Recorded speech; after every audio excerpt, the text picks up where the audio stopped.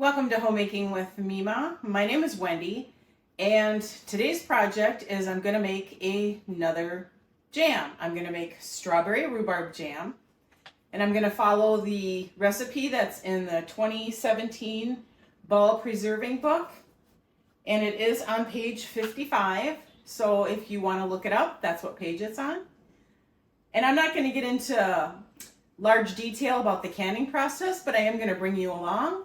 If you want to watch a more detailed canning process for strawberry jam, which is almost the same for all the jams, I'll leave that in the description box below. So let's get this strawberry rhubarb jam done. So on my stove, I pulled out my other smaller canner. I am going to be sanitizing, or I'm going to be sterilizing my jars in that one. And this is what I'm going to be canning them in. And at the bottom, I don't know if you can see, I do have that silicone mat down there. So let's see how that works. I used it the last time, but I put it on the top part and I'm like, that's still all kitty wampusy. So this time I put it on the bottom. That's probably how you're supposed to use it, but you know, not everyone follows directions. So we're going to try it this way. So I've got that heating up. I've got the frozen strawberries and rhubarb in here. They're just kind of thawing out a little bit. They're on low because I need to process my jars once they come to a rapid boil for 10 minutes.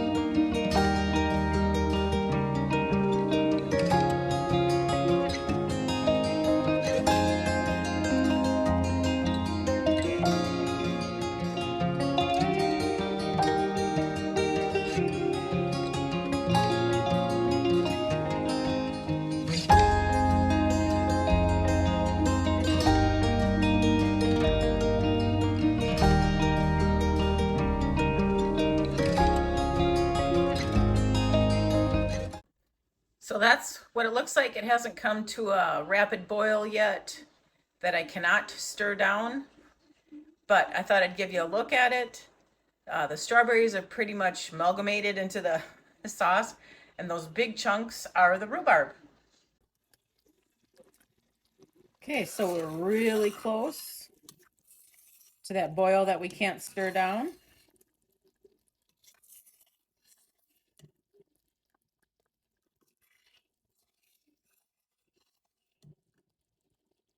And I believe we're there, so I'm going to set my timer for 1 minute.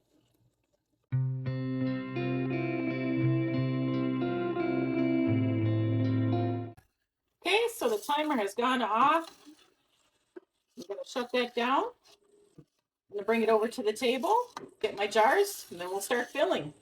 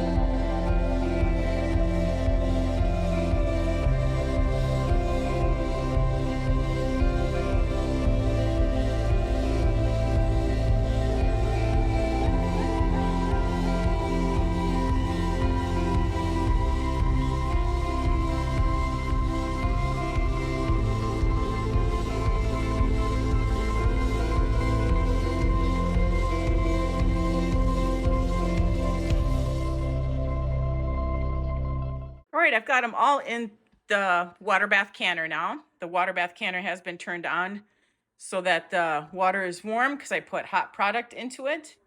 I'm going to turn the temperature up to a rapid boil. Once it comes to a rapid boil, I'm going to set my timer for 10 minutes.